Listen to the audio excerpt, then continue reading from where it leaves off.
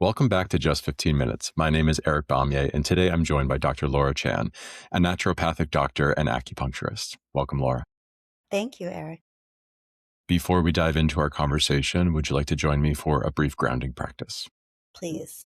All right. So today I thought we could incorporate a little breath and movement and do some shoulder rolls together. So we'll synchronize doing our shoulder rolls. We'll inhale forward and up, and then exhale, pulling the shoulders back and down. Inhaling forward and up, and exhale, pulling back and down. Last one, inhale forward and up, and exhale, pulling back and down. And then just allowing the body to settle into a brief moment of stillness. Feeling the energy ground down through the body now. And when it feels right, coming back into our space together, opening the eyes and coming into contact. Thank you. You're welcome. And it's from this space that we'll begin. So we often think about burnout as a depletion of energy, of the energy being taken away from what it is that we're doing, and we just don't have it anymore in us. And so that's a lot of your work is energy work. And so I'm curious, can you talk to us about a time in your life where you had experienced a depletion of energy and how it was that you worked through that moment? Yes, thank you for asking. I feel able to have some expertise in navigating burnout because I've been burnt out multiple times in my life. So I would say the very first time I experienced a lot of burnout was when I was in college. And many people burn the candle at both ends in college, late nights, lots of work, lots of social experiences. And and I got really quite sick in college. I ended up, by the time I was 22, with diagnoses of chronic fatigue, fibromyalgia, irritable bowel, anxiety, and so on. And it was a long road for me out of that with the help of a naturopathic doctor and acupuncturist. And what took me a while to understand was how much that recovery required energetic management and not just sleeping more and eating better and not overdoing it as much.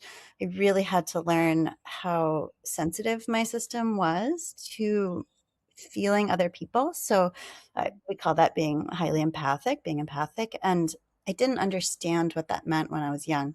And so I thought, and I also thought that that was absolutely everybody's experience, where now I know it's a little bit more of a spectrum.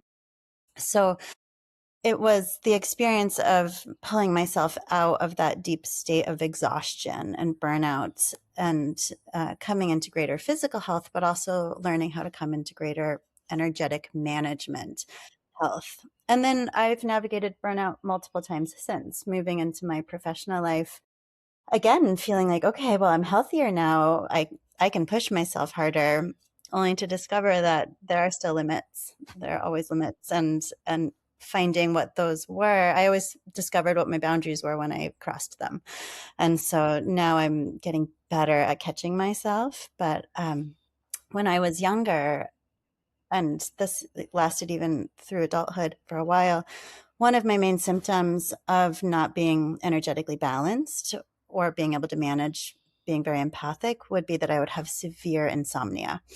And thankfully, I have learned how to handle that in my life through learning a lot of energetic practices. Beautiful. And so through that story, thank you for sharing. I heard that there's an awareness, right? Like something is not right. At one point you thought like, oh, this is just normal, but then realizing that like, oh, this actually isn't right. And I'm going to take action towards figuring it out.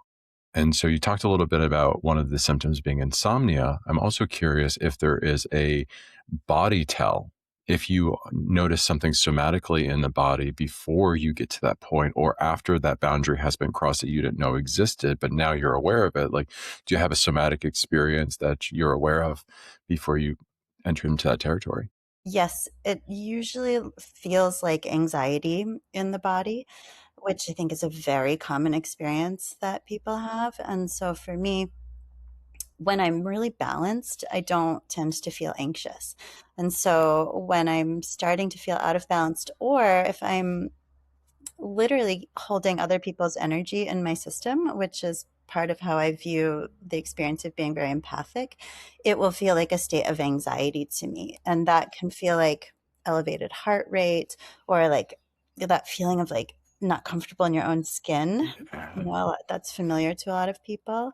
And then for me, that will translate into not being able to fall asleep. I will often lay down, and it's not necessarily like I have a racing mind that some people experience with anxiety. For me, it's this feeling of like almost like I'm not alone in my own skin. And often I will have thoughts of other people in a way Yeah.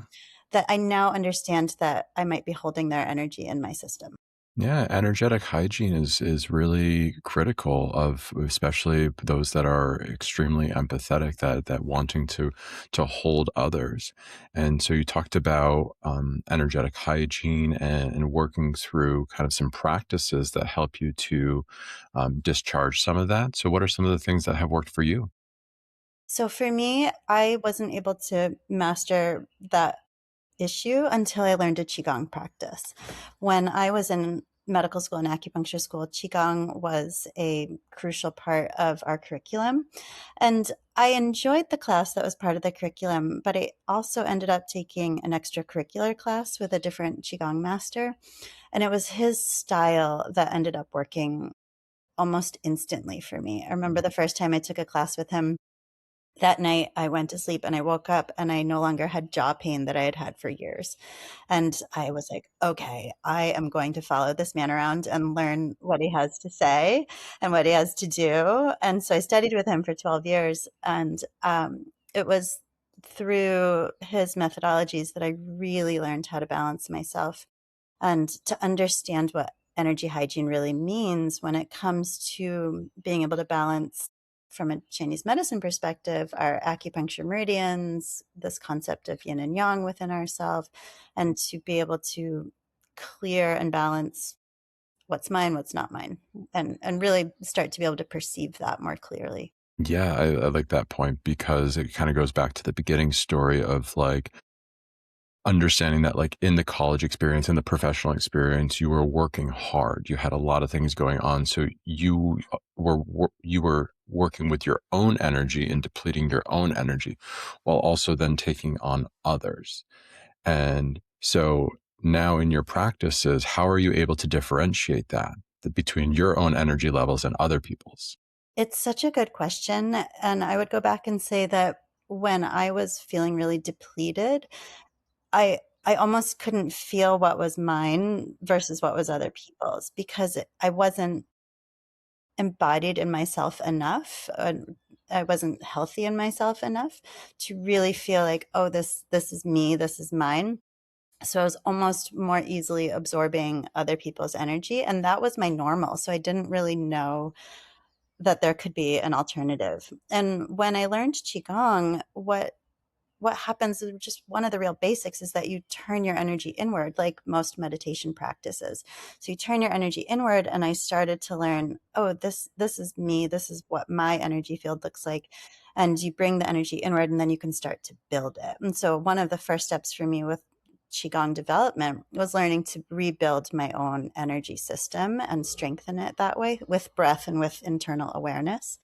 And as I started to be able to do that, then when I would be working with patients, for example, I would walk into a room, I would feel someone, I'd work with someone, and I would say, "Oh, wait, I'm leaving this experience, this interaction with them, and I feel anxious, but I didn't feel anxious before the interaction." And so I started to know myself and my internal world enough to say, this is new, this is different, this is not mine. And so it Mm, became a process of learning to distinguish those things. And now I'm much quicker and more skillful at it. And I can be like, oh, no, this is not mine. I can feel that. And yeah. I'm quick at identifying it and have tools to manage that quickly. 15 years ago, it was a little bit more of an arduous process. Yeah, it's a practice. And I mean, I've got chills right now because that line alone, this is not mine. I'm like, I'm incorporating that into, into my practices. I love that the awareness of saying, okay, I know what I felt like before this interaction, and I know what I'm feeling like afterwards. I can take my own inventory to understand how it is I am feeling. And if there is something residual inside of me, this is not mine. Thank you, but you are no longer welcome here. Right. And to give yourself permission to not have to take on or process what's not yours. That was, I think, the next step for me was first the awareness of this is mine, this is not mine.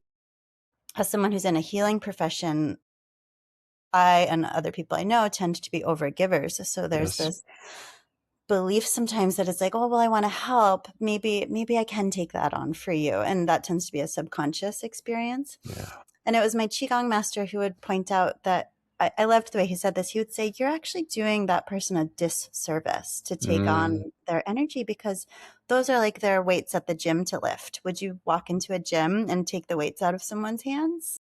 No, they'd be like, what are you doing? No, right. thanks.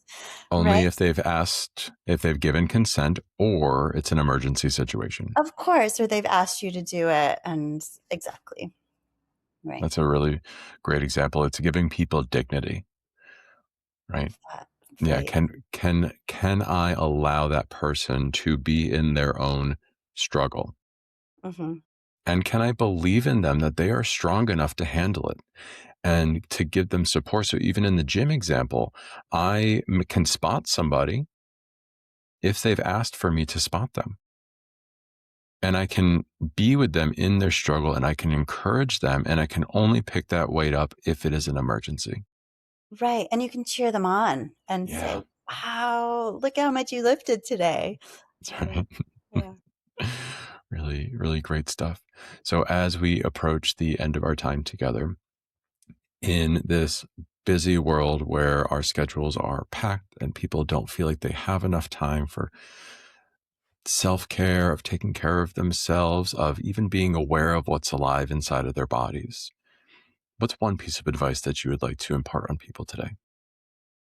Say, come back to your breath and come back into your body. Take 2 minutes here and there to bring your awareness back inside. So much of our awareness and mindset and energy is going externally.